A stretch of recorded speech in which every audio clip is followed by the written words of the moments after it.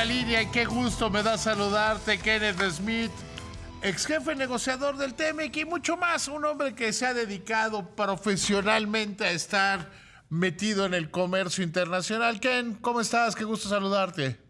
Muy buenas noches, David. Me da un enorme gusto saludarte. Oye, a ver, desde mi punto de vista, le fue fatal ayer al gobierno mexicano en esta reunión con el gobierno de Estados Unidos por el tema del maíz genéticamente modificado. ¿Compartes la misma visión? Mira, pues todo parece indicar que fue una reunión muy complicada. El comunicado que emitió el gobierno de Estados Unidos señala que la propuesta que ha puesto sobre la mesa el gobierno de México respecto al decreto de maíz no es suficiente. Y eso se debe principalmente a dos razones. Uno, el gobierno de México sigue insistiendo en el tema de analizar el posible daño a la salud humana, cuando esto es algo que Estados Unidos no está dispuesto a abrir esa discusión. Es un debate de varias décadas. Pero además es una discusión que Estados Unidos ya tuvo y ya resolvió de una u otra manera.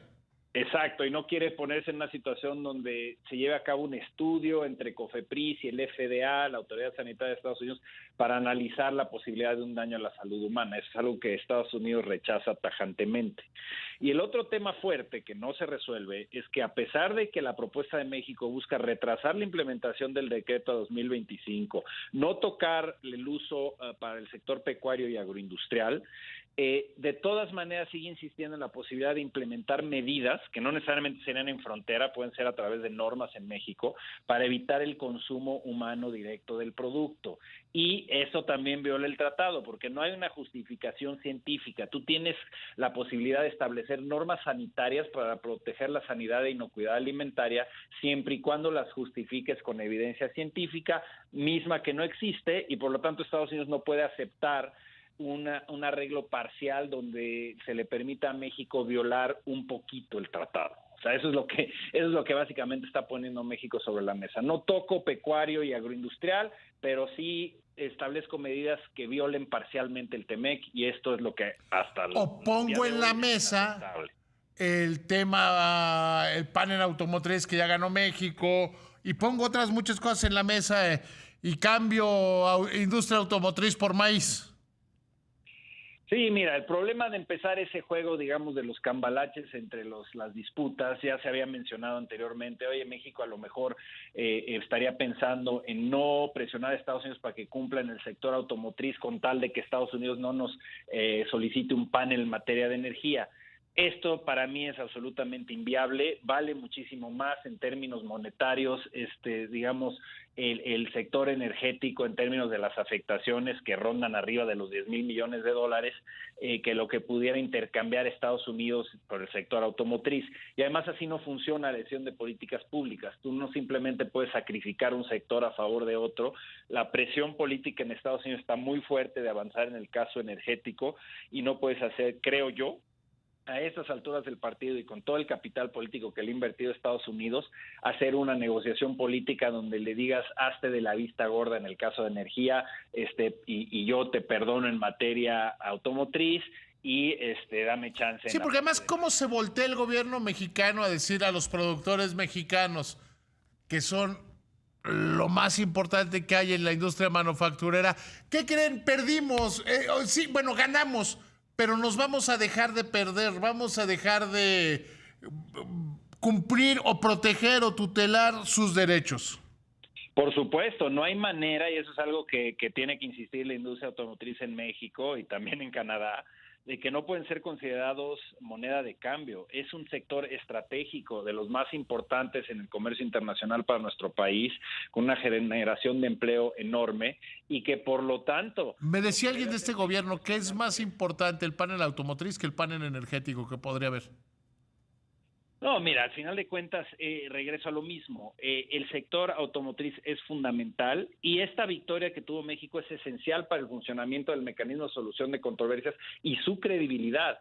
Si México y Canadá presionan a Estados Unidos para que Estados Unidos cumpla y lo hace, establece las bases para decir que sí hemos mejorado con respecto al Telecán y que tenemos un mecanismo de solución de controversias que sí permite resarcir situaciones donde hay una violación a los principios de libre comercio. Si empezamos con negociaciones en lo oscurito o con ese tipo de intercambios entre disputas comerciales sin tomar en cuenta la decisión del panel, la decisión jurídica que se dio, pues entramos en un terreno muy oscuro donde el poder político va a ser el que va a imperar y ahí francamente tenemos las de perder con Estados Unidos. El chiste es que haya reglas claras y que éstas se cumplan, y eso le conviene a México. O sea, ¿qué ves tú? Porque te iba a decir qué debe hacer México, pero no. ¿Qué ves tú en dónde está ahorita la negociación? Porque yo tengo desde cierto punto de vista la impresión de que el gobierno de Estados Unidos está siendo demasiado negociador, demasiado quizá hablando y se está confundiendo eso con debilidad. Mira, yo creo que aquí Estados Unidos está haciendo un cálculo político que yo creo que ya se está agotando, y el cálculo es, hemos venido dialogando con el gobierno de México de manera constructiva en otros temas importantes de la relación como migración y seguridad. Hay que ir con cuidado en términos de iniciar una guerra comercial. Pero ya se van a cumplir 2 años, por un lado, de que se aprobó la ley de la industria eléctrica en febrero de hace 2 años, y no hemos visto más que el inicio de estas consultas y ninguna reacción fuerte de Estados Unidos y de Canadá en términos de solicitar un panel. Y eso está generando mucha presión allá. Si se acumula, como se está acumulando el tema de maíz, y es interesante porque en la última semana ha sido mucho más duro Estados Unidos a través de su Secretaría de Agricultura por el tema de maíz, que lo que ha sido la Casa Blanca en el tema de energía. Y eso es interesante, o sea, parece haber dentro del gobierno estadounidense una, no diría yo divisiones, pero sí presión mucho más importante por parte de USDA y del propio USTR, la representante comercial, en términos del decreto de maíz. Y en cambio en energía vimos que se llevó a cabo la cumbre, no se resolvió el tema en términos de la discusión política de los líderes, y ahora la moneda está en el aire. La pregunta es, ¿qué estrategia va a perseguir Estados Unidos? Yo creo que se les está acabando el tiempo para seguir dialogando, porque la presión interna de su propio Congreso, de los gobernadores de los estados productores y exportadores de energía, está subiendo. Entonces no creo que pueda seguir la consulta energética de manera indefinida.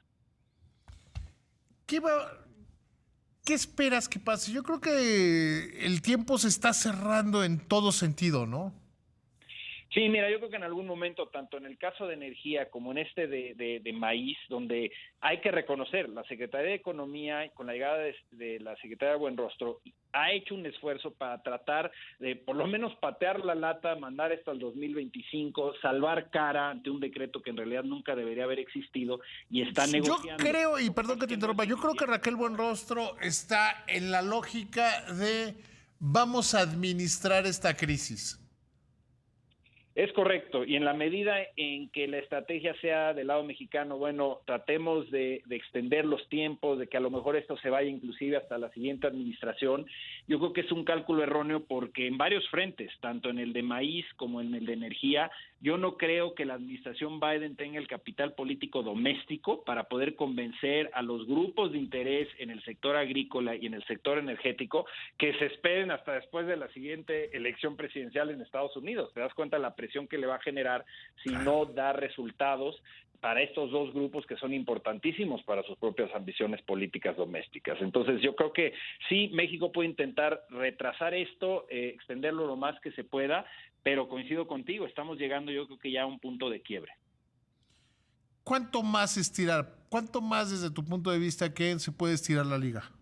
Mira, es difícil saber. Yo creo que es más probable que se rompa antes la liga en materia de energía por el historial, por lo que se viene viendo de la política energética de México en los últimos 2 años, y que ya básicamente llegamos al límite, creo yo, de lo que las consultas y la negociación te puede dar. En cambio, en maíz, pues sí, ha habido un movimiento de México, no fue suficiente. Yo creo que ahí va a haber diferentes iteraciones todavía durante probablemente el próximo mes para tratar de llegar a una solución.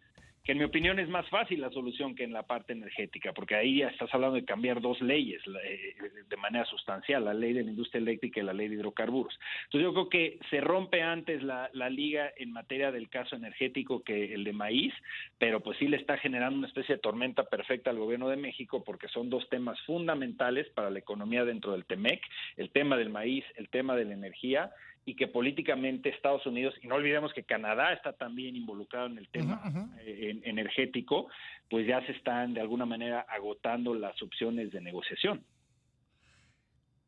¿Cómo ves el camino? O sea, ¿cómo se te ocurre que pudiera ser el camino de la Secretaría de Economía, que sí está tratando claramente de patear el bote y hacer una canasta muy grande con todos los temas? Mira, yo creo que sería una demostración de buena fe el de una vez por todas regresar a la mesa de negociación, obviamente tras platicarlo con el presidente López Obrador, y decir, simplemente señalar, no vamos a implementar el decreto en esta administración, punto. Y ya no entrar en detalles de pedirle un estudio sobre daño a la salud humana conjunto con Estados Unidos, no hablar de restricciones al consumo humano y ver... O sea, es decir, hacer la prórroga sin ningún condicionamiento. Sin condicionamientos, sin establecer un mecanismo que sea inaceptable para Estados Unidos, es decir, reabrir esta discusión sobre el beneficio o no para la salud del consumo de los OGMs. Eso en materia de maíz. Y en materia energética, pues la solución sigue siendo, sí, avanzar con los temas administrativos que se pueden resolver a través de decisiones de CENER, como parte de la consulta que ha solicitado Estados Unidos, por ejemplo, el tema de que Pemex no tenga un tratamiento favorable en términos de cumplir con los niveles máximos de azufre en el diésel y discriminar a los privados, pero además de atender esos temas, hacer compromisos concretos de cómo se va a cambiar la ley de la industria eléctrica para eliminar los elementos que discriminan en contra de las empresas privadas de Estados Unidos y de Canadá. Es un paso muy difícil para el presidente López Obrador, pero de verdad me parece inevitable si es que de verdad queremos evitar un panel. Kenneth, te agradezco muchísimo que me hayas tomado la llamada y como siempre, dale un saludo a tu papá de mi parte. Que te vaya muy bien, Kenneth Smith. Muchas gracias, David. Cuídate. Gracias. Hasta luego.